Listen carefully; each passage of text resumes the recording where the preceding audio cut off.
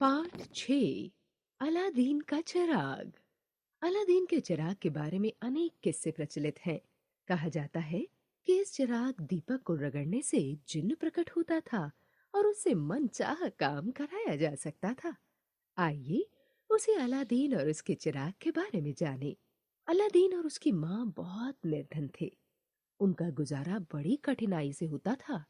एक दिन वे खाने की चिंता में पड़े थे। तभी किसी ने उनके घर का दरवाजा खटखटाया। आवाज सुनकर दोनों चौंके। कहीं कोई अतिथि न हो। अलादीन ने दरवाजा खोला तो सामने एक वृद्ध व्यक्ति को खड़े पाया। वृद्ध ने पूछा। क्या मुस्तफा दर्जी का घर यही है? अलादीन ने पूछा। आप कौन हैं? मैं तुम्हारे पिता का बड़ा भाई हूँ। कई वर्ष पहले विदेश चला गया था। अभी अभी लौटा हूँ। तुम्हारे पिता कहाँ हैं? वृद्ध ने पूछा। अलादीन की माँ ने समीप आकर उत्तर दिया। उनकी मृत्यु को तो कई वर्ष हो गए। बस यही एक बेटा है। घर की हालत भी बहुत खराब है। वृद्ध ने कहा। अब चिंता की कोई बात नहीं। बेटा अलादीन, यह लो पैसे और बाजार से कुछ खाने को ले आओ। उस रात सबने भर पेट खाया।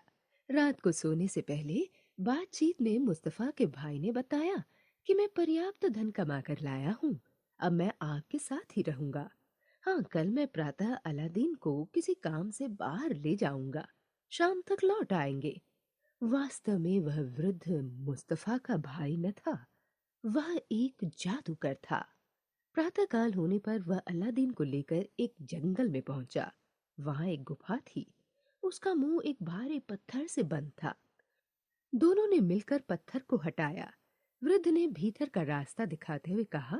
सीधे अंदर चले जाओ। वहाँ एक दीपक पड़ा होगा, उसे उठा लाना। अलादीन गुफा के भीतर चला गया। भीतर एक कोठरी थी। कोठरी हीरे, मोती और तरह तरह के रत्नों से भरी हुई थी। अलादीन ने उनमें से कुछ को उठाकर अपनी जेबों में भर लिया। इतने में उसे वृद्ध की आवाज सुनाई दी। जल्दी से दीपक मुझे पकड़ा दो। अब अलादीन का ध्यान दीपक की ओर गया।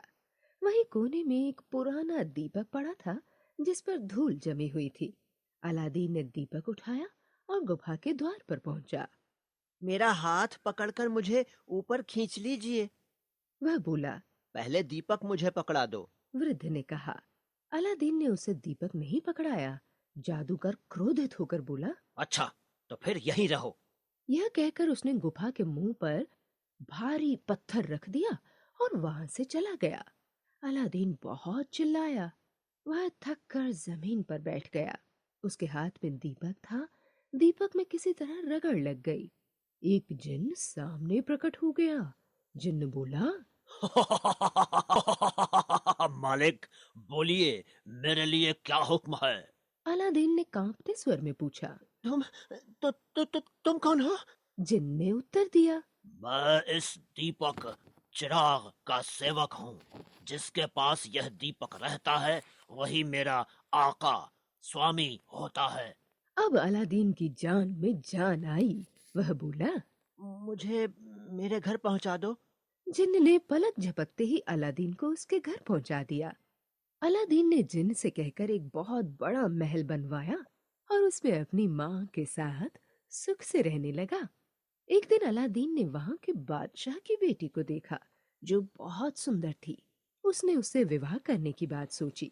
बादशाह ने उसकी अपार धन दौलत की बात सुनकर अपनी बेटी का विवाह उसके साथ कर दिया। दोनों पति पत्नी सुख से रहने लगे। एक दिन अलादीन किसी काम से बाहर गया हुआ था।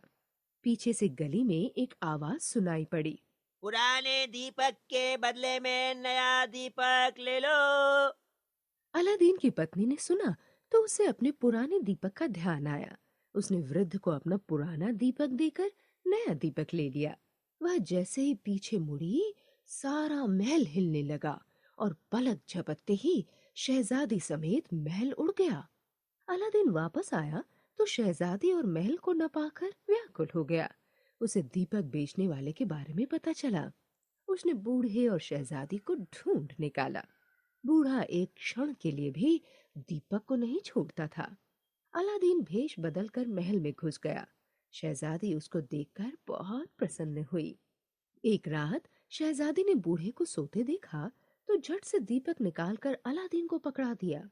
अलादीन ने शीघ्रता से दीपक को रगड़ा तो जिन्न प्रकट हो गया। अलादीन ने उससे कहा। शहजादी समेत मुझे मेरे देश ले चलो। जिन्न उन्हें लेकर चल पड़ा। बूढ़ा जादूगर चिल्लाता रह गया। पकड़ो पकड़ो। वह वहीं गिर पड़ा। उधर शहजादे के पिता की भी मृत्यु हो चुकी थी। उस देश का राज्य भी अलादीन को मिल गया। अब अलादीन और शहजादी प्रसन्नता पूर्वक अपना जीवन व्यतीत करने लगे।